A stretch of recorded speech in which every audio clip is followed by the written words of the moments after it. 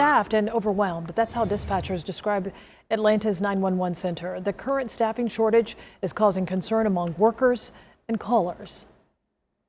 One mother says when she dialed in, nobody picked up, and she's not alone. All new at 6, CBS 46's Sierra Cummings found dozens of open positions have led to dispatch delays.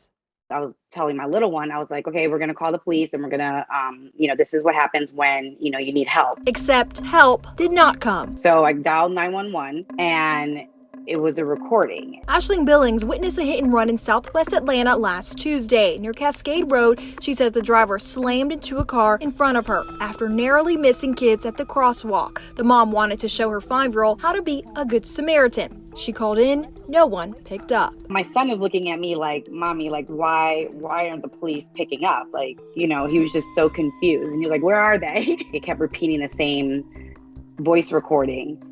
And we're just sitting there waiting and waiting and waiting. And finally, I just hung up because I had to go. An automated voice saying, no one is available. We'll be with you shortly. Atlanta police confirmed that day there was an influx of 911 calls, but the agency adds there's been a major uptick all 2021. Although Billings hung up after several minutes of waiting, dispatch typically answers within 10 seconds. Data shows that was the case 82% of the time last year, and for this year, about 77% of the time. I could have been in real danger, and I could have, ended up dead.